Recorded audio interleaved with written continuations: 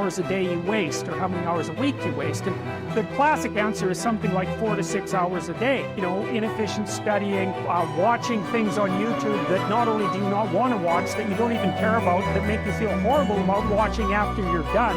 And so if your life isn't everything it could be, you could ask yourself, well, what would happen if you just stopped wasting the opportunities that are in front of you? I should lose weight. I should work out. I should work harder. And then you know what? People don't do their shoulds. They get mad at themselves.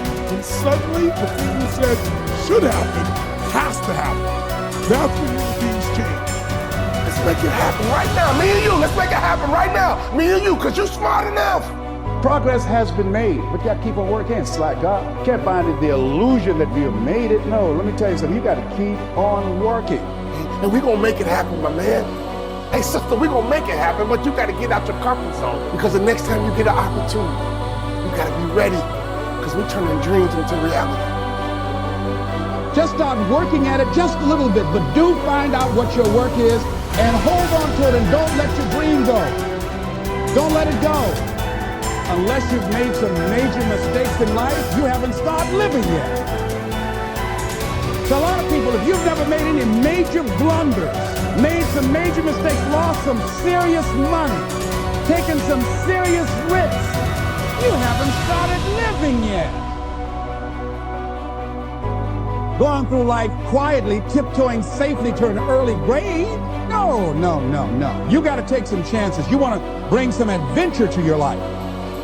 This is the time to stop and decide what direction you want to go in. One of the best things you can do in your life is to change.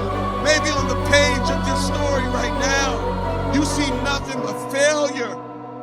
When we read your story, what do you want us to see? That you was another failure? What do you want us to read when we read your story? That you quit? What do you want us to read when we read your story? That you gave up? That you threw in the towel? But here's what we're gonna do. We're getting ready to turn the page, because when you turn the page, you're getting ready to write a new story. Now is the time where you're gonna begin to open up your mouth and declare that I'm gonna build a legacy. Waste no more time arguing what a good man should be.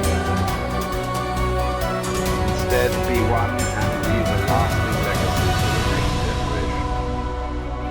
This legacy should not be measured in material wealth, but rather in the strength of character and faith that you pass on.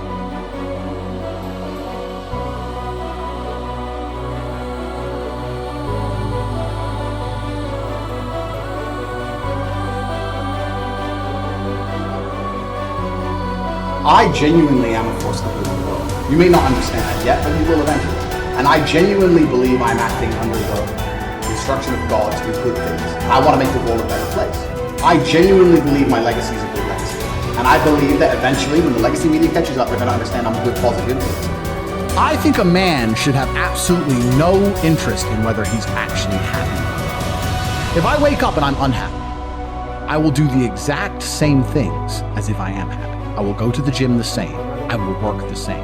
How I feel has no impact on how I live my life. I don't think happiness as an index is a healthy view for a man to have on life success. If you're waking up and going, am I happy, am I not? You're looking at life wrong. I think of a man, if you put happiness if you move it down the scale, right? And you start looking at, am I successful? Am I competent?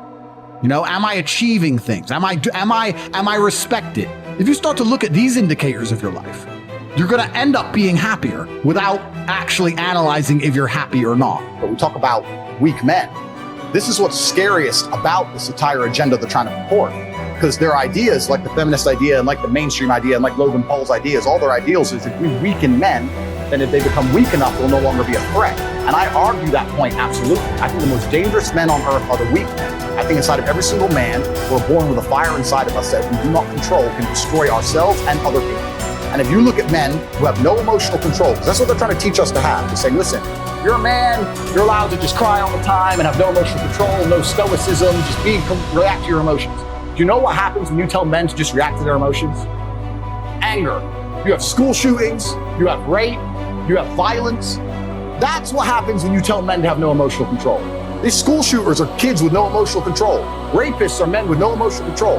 Violence and the bullshit you see on the street are men with no emotional control. Telling men to not be stoic is going to create a breed of violent young men who have no emotional control, can't control their emotions, and act out on them. That is absolutely not more dangerous to society than me coming along and saying, listen, I don't give a how you feel. It doesn't matter how you feel. You have duties and you have responsibilities as an adult. You must comply and act a certain way regardless of how you feel. That is better for society as a whole, especially as I'm only teaching the tenets of, listen, go to the gym anyway. Doesn't matter. Don't feel like it. Go anyway. Listen, your girlfriend left you. Your heart's broken. You're not allowed to stalk her. She doesn't want you. Get the over it. What I'm saying is good for the world. They're saying, no, act out your emotions. Cool, you're creating stalkers, rapists, and school shooters. These people are fucking dangerous. Knowing yourself is the beginning of all wisdom. Simplify your life. Don't waste the years struggling for things that are unimportant. Don't burden yourself with possessions. Keep your needs and wants simple and enjoy what you have. Don't destroy your peace of mind by looking back, worrying about the past. Live in the present. Simplify. Our life is what our thoughts make it. Do every act of your life as if it were your last. In a word, your life is short. You must make the most of the present with the aid of reason and justice, since it is possible that you may be quitting life this very moment. Govern every act and thought accordingly. Adapt yourself to the life you have been given and truly love the people with whom destiny has surrounded you. If you accomplish something good with hard work, the labor passes quickly, but the good endures. If you do something shameful in pursuit of pleasure, the pleasure passes quickly, but the shame endures. A musician must make music, an artist must paint, a poet must write, if he is to be ultimately at peace with himself. What a man can be, he must be. I will keep constant watch over myself, and most usefully, will put each day up for review. For this is what makes us evil, that none of us looks back upon our own lives. We reflect upon only that which we are about to do, and yet our plans for the future descend from the past. Excellence is never an accident. It is always the result of high intention, sincere effort, and intelligent execution. It represents the wise choice of many alternatives. Choice, not chance, determines your destiny. All human beings seek the happy life, but many confuse the means. For example, wealth and status, with that life itself. This misguided focus on the means to a good life makes people get further from the happy life.